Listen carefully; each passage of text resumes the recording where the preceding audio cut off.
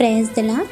ఫిబ్రవరి 17వ తేదీ 2025 సోమవారం కొరకు ఏర్పాటు చేయబడిన ఈ రోజు దేవుని వాక్య వాగ్దానం. కీర్తనల గ్రంథం 5వ అధ్యాయము 11వ వచనం. నీవే వారిని కాపాడుదువు గనుక వారు నిత్యము ఆనంద ధ్వని చేయుదురు. ఆమేన్.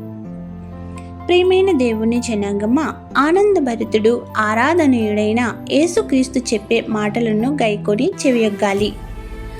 ఆయన మనకు ఇచ్చే మాటలను మనసుతో ధ్యానించాలి.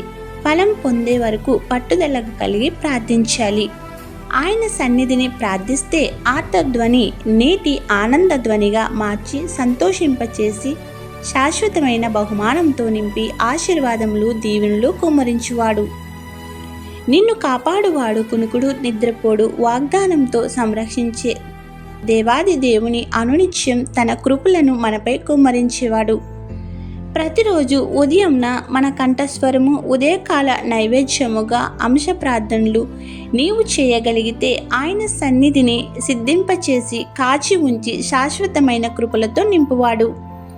కావున తన బిడ్డలమైన మనల్ని అనునిత్యం కాపాడుతున్న త్రియేక దేవుడు తన కృపలతో ఆనంద ధ్వని చేయించి మనపై తన ఆశీర్వాదములను కుమ్మరించి వర్ధిల్ల చేయునుగాక.